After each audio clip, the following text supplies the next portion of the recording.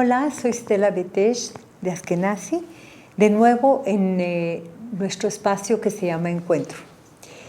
Hemos trabajado un poco a Amos Oz con este libro magnífico, con su autobiografía, Historia de Amor y Oscuridad. Este libro, por supuesto, fue escrito en hebreo y traducido a 28 idiomas. Amor y oscuridad son dos de las fuerzas que interactúan en este libro. Es una autobiografía en forma de novela, una obra literaria compleja que comprende los orígenes de la familia de Amos Oz, la historia de su infancia y juventud. Como dijimos, nació en Jerusalén y después de la muerte de su madre decide ir muy joven a Kibbutz Hulda, a trabajar la tierra y a forjarse. Y también decide cambiar su apellido de Klushner por Oz, que significa valentía, fuerza, coraje. Porque él necesitaba de ese coraje para poder vivir. Nos habla en este libro de sus padres, de Jerusalén de esa época, de Tel Aviv, entre los años 30 y 50. Y esta narración va a ir oscilando en el tiempo, de adelante hacia atrás, y refleja más de 100 años de una historia, de su historia familiar. Básicamente, todo se confabula para el nacimiento de este único hijo que es Amos Oz, que después va a descubrir que lo que él quiere ser es escritor. Y es muy interesante cómo en esos, por supuesto, después de la persecución nazi, del holocausto, de la llegada a Eretz Israel y el tener que reconstruir Eretz Israel, la presencia siempre terrible de los árabes alrededor, el miedo de ser asesinado. Fíjense ustedes lo que él escribe aquí. Por aquellos años, como he dicho, esperaba crecer y convertirme en libro. Lo que pasa es que en casa de sus padres, que era un departamento de escasos 30 metros, todas las paredes estaban tapizadas de libros. Su padre era un filólogo y su madre era una mujer muy culta que, como hemos platicado anteriormente, le dio el amor, el cariño hacia los libros. Le leía y le narraba, y por supuesto que eso se queda muy hondo en el alma de un niño. Y entonces dice, por aquellos años, cuando él era chico, esperaba crecer y convertirme en libro, no en escritor, sino en libro, y por miedo, pues todo aquel cuyos familiares no habían llegado a Palestina tuvo que admitir finalmente que los alemanes los habían matado a todos. Había en Jerusalén un miedo que la gente se esforzaba en enterrar en lo más profundo de su pecho. Y esto obviamente es antes del 1948, de que David Ben-Gurión hiciera el 14 de mayo del 48 la declaración del Estado de Israel. Y fíjense cómo nos dice: esperaba crecer y convertirme en un libro, no en escritor, sino en un libro. Es cierto que no es difícil quemar los libros, pero a pesar de todo, si crecía y me convertía en libro, tenía la posibilidad de que un ejemplar perdido consiguiera salvarse, aquí o en otro país, en alguna ciudad, en alguna biblioteca remota, en el rincón de un estante olvidado por Dios. Yo había visto con mis propios ojos cómo los libros consiguen esconderse, introducirse en la oscuridad del polvo, entre tomos apretados, debajo de montones y montones de fascículos y revistas, y encontrar un escondite oscuro detrás de otros libros.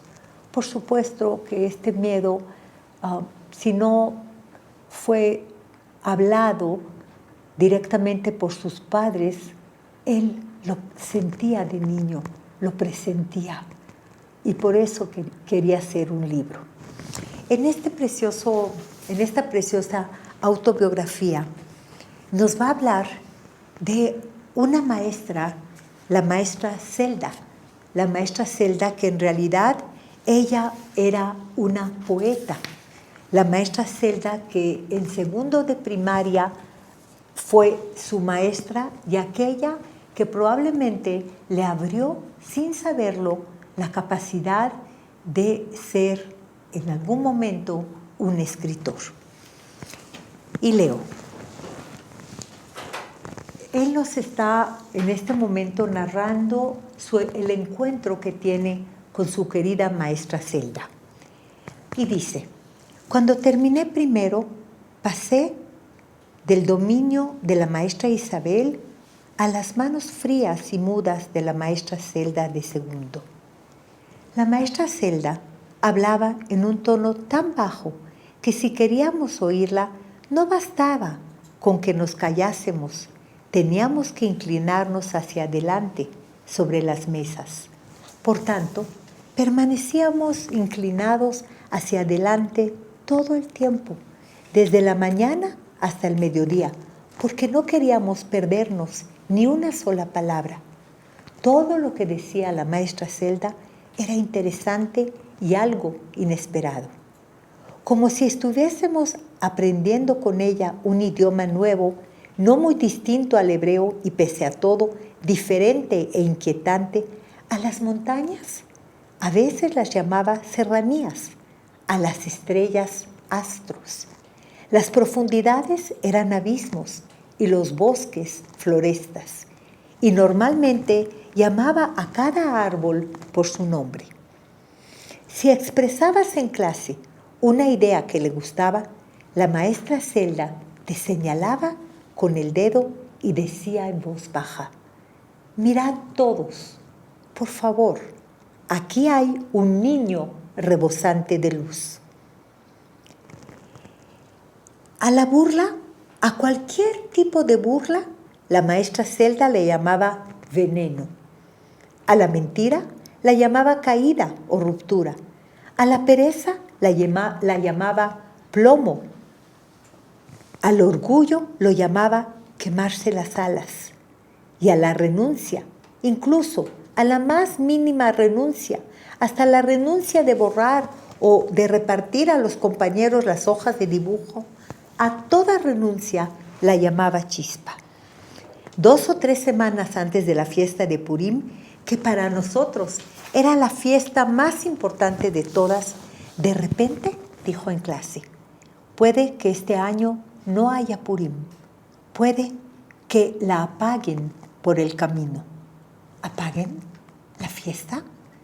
¿Pero cómo era posible? Fuimos presas de pánico.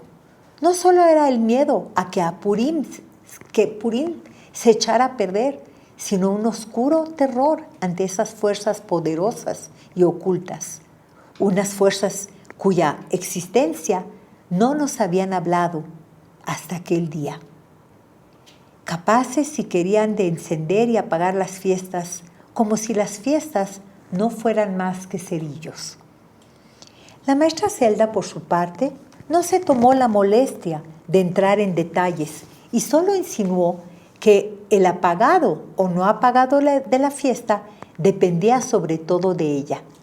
Ella misma estaba unida de algún modo a esas fuerzas invisibles que separaban la fiesta y la no fiesta, lo sagrado y lo profano. Y por tanto, era mejor para nosotros que, eso nos decíamos unos a otros, que si queríamos que la fiesta de Purim no se apagara, que nos esforzáramos más en hacer lo poco que estaba en nuestras manos para hacer que la maestra Zelda estuviera de buen humor. Nada es poco, dijo la maestra Zelda, nada es poco para quien no tiene nada. Recuerdo sus ojos, despiertos y cálidos, guardianes de un secreto, pero nunca alegres. unos ojos judíos con un corte algo tártaro. A veces interrumpía la clase y nos mandaba a todos a jugar al patio, pero hacía que se quedaran con ella 2 elegidos dignos de continuar. Los exiliados del patio no disfrutaban de la hora libre, sino que envidiaban a los elegidos. Si decías en clase que querías contarle algo a todos, aunque el tema no viniera a cuento, la maestra Zelda enseguida te hacía levantar y sentarte en su mesa, en la mesa del profesor, y ella se sentaba en tu sitio, en tu pupitre. Así te ascendía con un salto prodigioso al puesto de maestro, con la condición de que contaras algo con sentido o hicieras alguna observación interesante. Si conseguías interesarla a ella o a la clase, podías continuar sentado. Por el contrario, si decías tonterías o solo intentabas llamar la atención y no tenías nada que contar, la maestra Zelda cortaba por lo sano con su tono de voz tranquilo, un tono carente de cualquier atisbo de risa o frivolidad. Basta ya. O también, ya es suficiente, te estás poniendo en ridículo. Afligido y avergonzado, volvías entonces a tu sitio. Muy pronto aprendimos a tener cuidado, no hablar palabras vanas, nunca ser el centro de atención si no somos capaces de decir algo coherente. Más vale callar que mal hablar. El callar y el hablar no caben en un lugar. Fue mi primer amor. Una mujer soltera de unos 30 años, la maestra Zelda. La señorita Schneerson. Aún no tenía 8 años y ya me arrebató por completo. Me despertaba por la mañana y con los ojos aún cerrados la imaginaba enfrente a mí. Me vestía y desayunaba muy deprisa, solo para terminar, abrochar, cerrar, coger y correr directamente hacia ella. Mi cerebro estaba derretido de tanto esfuerzo por elegir y prepararle cada día nuevos y hermosos razonamientos que le dirigía a ella para que me acercaran a la luz de su mirada y para que me señalara y dijera: entre nosotros esta mañana hay un niño rebosante de luz. Y claro, los padres, viene el verano, termina el segundo año y Amos Oz va a entrar a una escuela más formal, a una escuela religiosa, el Tejcomoní, y en ese verano siempre va a ver a su maestra Zelda. Y los padres dicen: ¿cómo? ¿Vuelves a ir a casa de la maestra Zelda a las 7:30 de la mañana? ¿Es que no tienes amigos de tu edad? Es que ella me ha invitado. Ella ha dicho que vaya cuando quiera, incluso todas las mañanas.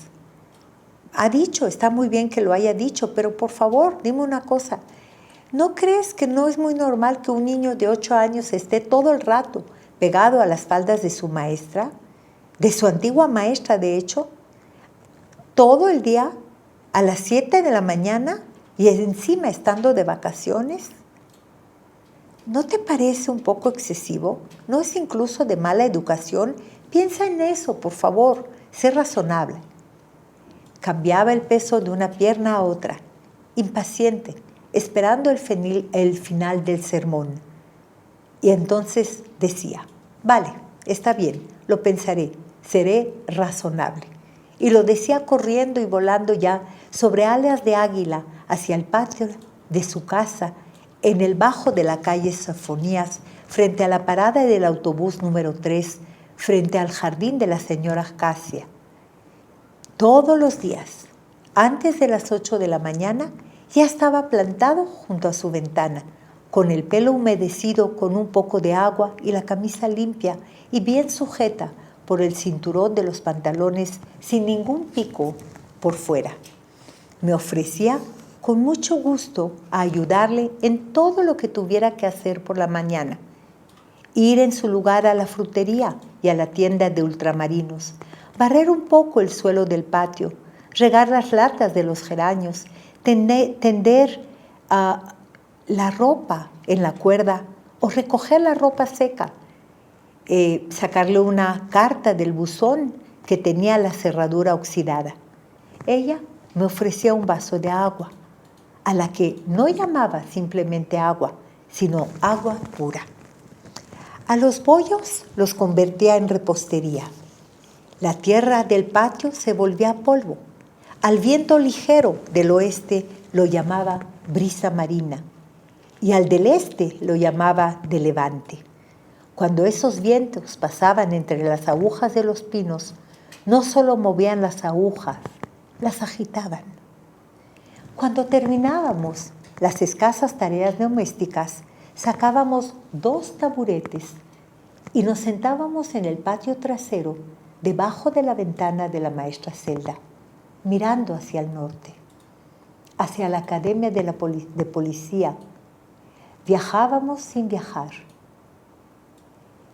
Yo, que era un niño mapa, sabía que detrás de la mezquita de Naví Shmuel, que estaba en las altas y lejanas montañas que aparecían ante nuestros ojos, se ocultaba el valle Bet Jorón, y sabía que tras él se extendían la tierra de Binyamin y la tierra de Efraín, Samaria, y después estaba el monte Gilboa, y después los valles del Tabor y Galilea. Me leía lo que tal vez tenía intención de leer sola esa mañana: cuentos hasídicos, leyendas, oscuras historias sobre cabalistas capaces de hacer combinaciones matemáticas, prodigios y milagros.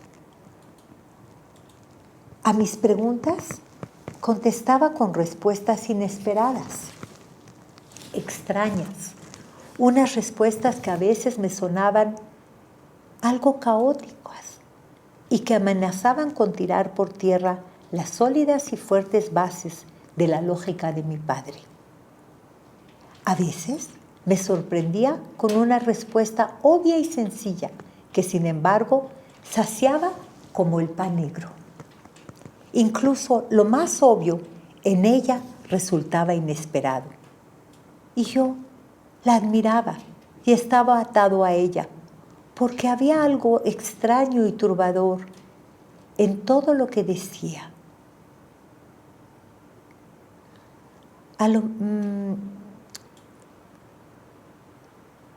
Pero, ¿qué me dijo exactamente? Ahora, en mi habitación de Arad, un día de verano de finales de junio del 2001, intento reconstruir, o mejor dicho, adivinar, evocar, crear casi de la nada, como los disecadores del Museo de Ciencias Naturales que hacen un dinosaurio completo partiendo de 2 o 3 huesos. Me gustaba la forma en que la maestra Zelda ponía una palabra junto a otra. A veces ponía una palabra común, cotidiana, junto a otra también normal y corriente. Y de pronto, al combinarse, al estar la una junto a la otra, 2 palabras normales que no están habituadas a estar juntas, experimentaban una especie de descarga eléctrica que enardecía mi espíritu, deseoso de milagros léxicos. Y es que esto que nos narra Amos Oz en realidad es la fuerza de la poesía, la unión de los contrarios, poner una palabra junto a otra que no haya sido usada así y que nos hace pensar y sentir. Zelda aún no estaba casada ese verano, pero a veces aparecía un hombre en el patio. A mí me resultaba mayor por su aspecto y por su aspecto parecía religioso. Cuando pasaba entre nosotros, rompía sin darse cuenta la invisible tela matutina tendida entre ella y yo. A veces me dedicaba un movimiento de cabeza con un amago de sonrisa, y cuando permanecía de pie, dándome la espalda, entablaba con la maestra Zelda una conversación que duraba 1000 años o más, desesperante y en yiddish, para que yo no entendiese ni una palabra. 2 o 3 veces consiguió sacarle una carcajada, una risa infantil que yo jamás logré provocarle, ni siquiera en sueños. Ella le regalaba a aquel hombre monedas de risa. Este hombre fue un Rav que se casó finalmente con ella. La maestra Zelda me descubrió también un hebreo que jamás había oído, ni en casa del profesor Klausner, que era su tío, ni en mi casa, ni tampoco en la calle ni en los libros que había leído hasta entonces.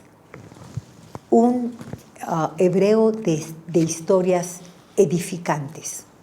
Aprendía mucho de ella, tanto en clase como en su patio. Al parecer, no le importaba compartir conmigo parte de sus secretos, pero solo parte. Por ejemplo, yo no tenía ni la más remota idea, ella ni siquiera me lo había insinuado, de que no era solo mi querida maestra, sino también la poetisa Zelda, y de que algunos de sus poemas se habían publicado ya en suplementos y revistas de escasa repercusión.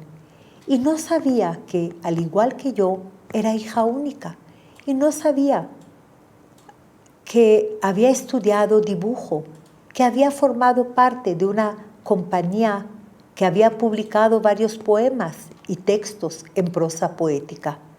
No podía imaginar que mi rival, el otro pretendiente, era el rabino Jaim Mishikovsky, a quien por su altura llamaban Jaime Largo, ni que 2 años después de nuestro verano, de ella y mío, se casaría con ella, pero su vida no sería muy larga. No sabía nada de ella. A comienzos del otoño del año 1947, empecé a estudiar tercero en el colegio religioso para chicos. Nuevas sensaciones llegaron a mi vida y no me convenía seguir como un niño pequeño pegado a las faldas de una maestra de cursos inferiores. Los vecinos arqueaban las cejas. Los hijos de los vecinos habían empezado ya a burlarse de mí y hasta yo me burlaba de mí mismo en cierto modo. ¿Por qué tienes que ir corriendo a verla cada mañana? ¿Qué cara se te pondrá cuando dentro de poco todo el barrio empieza a hablar del niño que le recoge la ropa del tendedero, le barre el patio y sueña con casarse con ella?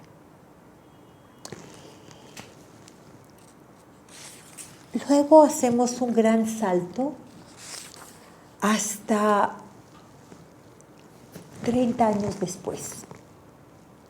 En 1976, dice Amos Oz, me invitaron a pasar un par de meses en Jerusalén para dar algunas conferencias en la Universidad Hebrea. Y ya para entonces Amos Oz pues ya había publicado varios de sus libros. Y entonces dice, hacía 30 años que no veía a mi maestra de segundo de la escuela privada La Patria del Niño, y de repente estaba ante el umbral de su casa. Habían abierto en los bajos del edificio una tienda ultraortodoxa de artículos de mercería, telas, botones, barras para cortinas. Seguro que la maestra Zelda tampoco estaba ahí. Pero entre los buzones destrozados aún estaba el suyo, ese buzón del que de niño sacaba las cartas porque la cerradura estaba oxidada y no se podía abrir. Ahora el buzón estaba lleno. Alguien seguramente, alguien más impaciente que la maestra Zelda o que yo, había roto del todo la puerta. También el nombre había cambiado. En lugar de Zelda, Schneerson, vi que ponía Schneerson Mikovsky, sin Zelda, pero también sin guión y sin conjunción. ¿Y qué haría yo Si era su marido quien me abría la puerta, ¿qué podía decirle a él o a ella? Estuve a punto de huir de ahí, igual que uno de esos pretendientes sorprendidos. También en esta ocasión, como entonces, era muy temprano. Tendría que haberle telefoneado antes o escribirle unas letras, unas líneas. Y si se enfadaba conmigo y si no me había perdonado que la abandonase, que no diese noticias de mí durante 30 años, que no la felicitase cuando se publicaron sus libros, ni cuando obtuvo premios literarios. Puede ser que también ella, como otros habitantes de Jerusalén de toda la vida, me guardara rencor por el hecho de que en mi querido Mijael, yo hubiera dado la espalda a Jerusalén. Unos 10 minutos estuve delante de su puerta. Salí al patio, me fumé 1 o 2 cigarrillos, toqué las cuerdas del tendedero de donde en otros tiempos recogía sus faldas marrones y grises. Localicé la baldosa agrietada que yo mismo rompí al intentar partir nueces con una piedra. Eché un vistazo a los tejados rojos del barrio de los Bújaros, a las colinas abandonadas que eran nuestro tesoro.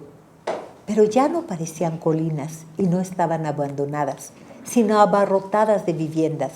Ramot Eshkol, Maalot, Dafne, Givat Amidbar, Givat Atachmoshet. Pero, ¿qué le diría yo al entrar? Hola, querida maestra Zelda.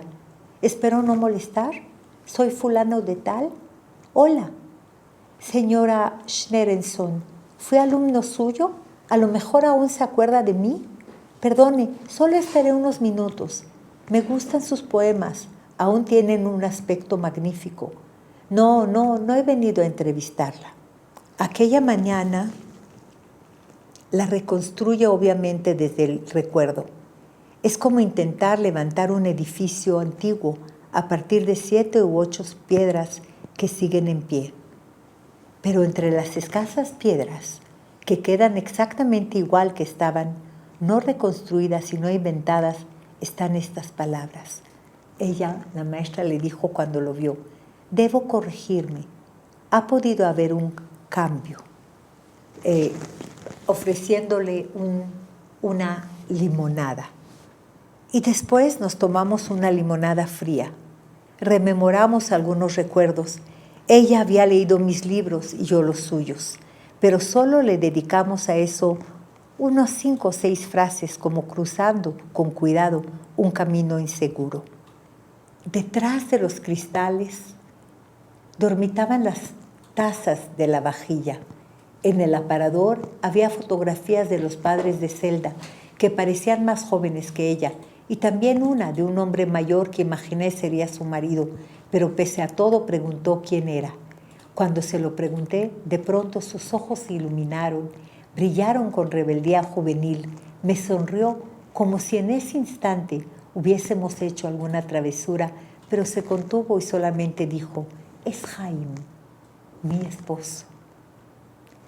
La mesa marrón y redonda se había encogido con los años y me parecía demasiado baja. En la vitrina habían viejos libros religiosos con las tapas negras y desgastadas, y también algunos libros religiosos nuevos.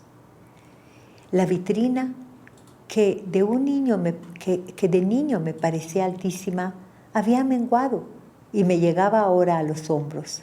Aquí y allá, en la estantería, en el aparador y en la repisa que estaba en la cabecera del sofá, había candelabros plateados para Shabbat y la fiesta de Hanukkah, pequeños adornos de madera de olivo o relieves de bronce. Una planta mustia sobre la cómoda y 1 o 2 más en el alféizar de la ventana. Y desde entonces, dice, no era un lugar, sino un lugar ermita, sino un lugar introvertido, reservado y en cierto sentido inquietante. Sí, había algún cambio, no porque hubiera envejecido, tampoco porque se hubiera hecho famoso, se hubiera hecho famosa y fuese muy querida, sino tal vez por eso se había vuelto seria. Y desde entonces siempre fue una persona de precisión, de seriedad y de formalidad interior, que me es muy difícil de explicar. Después de aquella visita no volví más. Oí que al final se trasladó a un barrio nuevo. Oí que con el paso de los años tuvo varias amigas mucho más jóvenes que ella y que yo. Oí que contrajo una grave enfermedad y que un sábado por la tarde, el año de 1984, murió en medio de terribles dolores. Pero yo ya no regresé. No le escribí ni una sola carta.